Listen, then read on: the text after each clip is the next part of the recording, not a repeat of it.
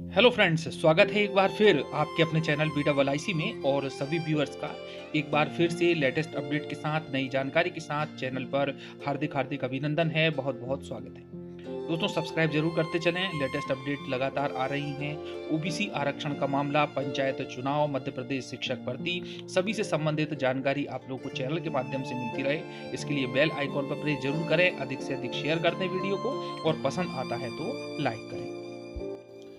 दोस्तों, आज के इस वीडियो में हम बात करने वाले हैं ओबीसी 27% आरक्षण के मामले की, जिसने न केवल मध्य प्रदेश की शिक्षक भर्ती बल्कि आगामी आने वाली सभी परीक्षाओं को और साथ में ही पंचायत के चुनाव को भी प्रभावित किया है। जैसा कि हम सब जानते हैं कि 23 फरवरी तक पंचायत और चुनाव की जो आचार संहिता थी वो लागू रहने वाली थी, लेकिन अभी हाल ही में सुप्रीम कोर्ट के द्वारा स्थगन कर दिया गया है, स्टे दे दिया गया है। और इसका रीजन रहा है कि ओबीसी 27% आरक्षण का मामला, जिसमें ओबीसी आरक्षित सीट्स पर रोक लगा दी है सुप्रीम कोर्ट ने। और हालांकि दोस्तों, हाई कोर्ट से यह मामला सुप्रीम कोर्ट गया था और मामला था ओबीसी आरक्षण का, साथ में ही परिसीमन का, इत्यादि इत्यादि।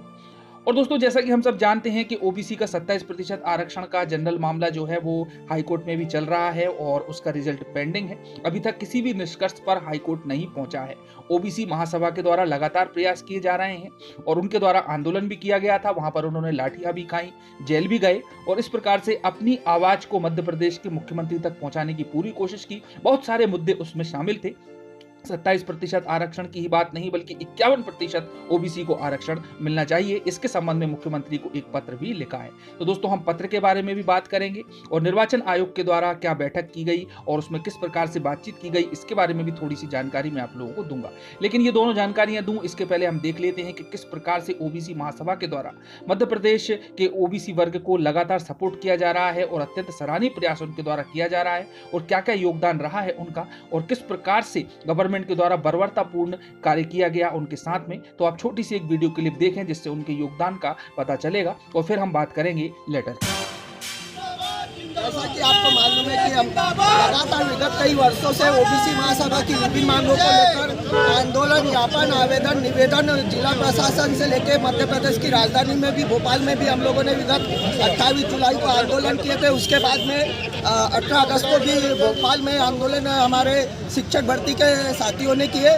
लगातार हम लोग मध्य प्रदेश के मुख्यमंत्री शिवराज सिंह चौहान का ध्यान आकर्षित करवाते आ रहे हैं, लेकिन ये मध्य प्रदेश की निकम्मी भाजपा सरकार और ओबीसी विरोधी सरकार ने हमारी किसी भी मांगों पर ध्यान नहीं दिया, जिसके कारण आज हम सभी लोग यहाँ पे सरकार को काले झंडे दिखाने के लिए एकत्रित हुए। हम लोगों की आवाज।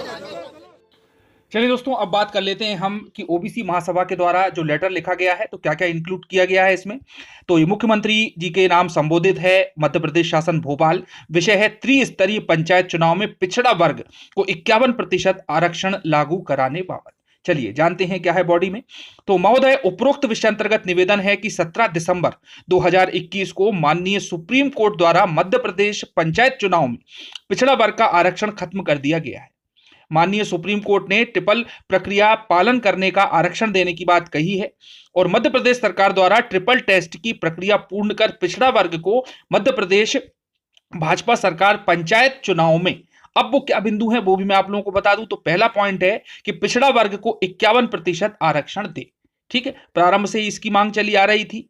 27% ही नहीं दिया, 14% पर ही रहने दिया। हाईकोर्ट ने भी यह निर्णय दिया गया कि 27% पर रोक लगेगी, लेकिन 51% की यह मांग की जा रही है जनसंख्या के आधार पर।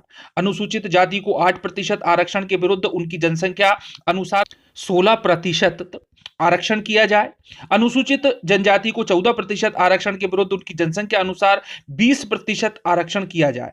अतः श्रीमान जी से निवेदन है कि उक्त मांगों पर 7 दिन के अंदर कार्रवाई की जाए, अन्यथा की स्थिति में ओबीसी महासभा संपूर्ण मध्य प्रदेश में महाआंदोलन करेगी, जिसकी जिम्मेदारी स्वयं आपकी होगी।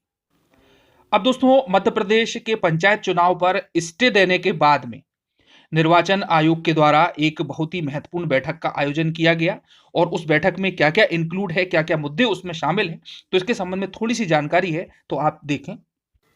देखिए दोस्तों, बिल्कुल लेटेस्ट अपडेट है और जो प्रमुख हाईलाइट है वो है कि पंचायत चुनाव को लेकर एमपी चुनाव आयोग की अहम बैठक आज। विधि विशेषज्ञ और राज्य सरकार के अफसर होंगे शामिल। तो दोस्तों ये निर्णय लिया गया है सुप्रीम कोर्ट के उस आदेश के आधार पर, जबकि उन्होंने स्थगन कर दिया है, स्टे कर दिया है मध्य प्रदेश में पंचायत चुनावों को। तो आइए थोड़ा सा और हम अंदर चलते हैं। इसमें है कि सुप्रीम कोर्ट द्वारा मध्य प्रदेश पंचायत चुनाव पर रोक लगाने के बाद मध्य प्रदेश निर्वाचन आयोग की अहम बैठक आज होगी।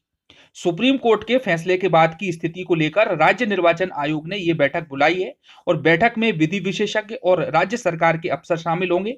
बैठक में पंचायतों में चुनाव की नई रणनीति तैयार की जाएगी।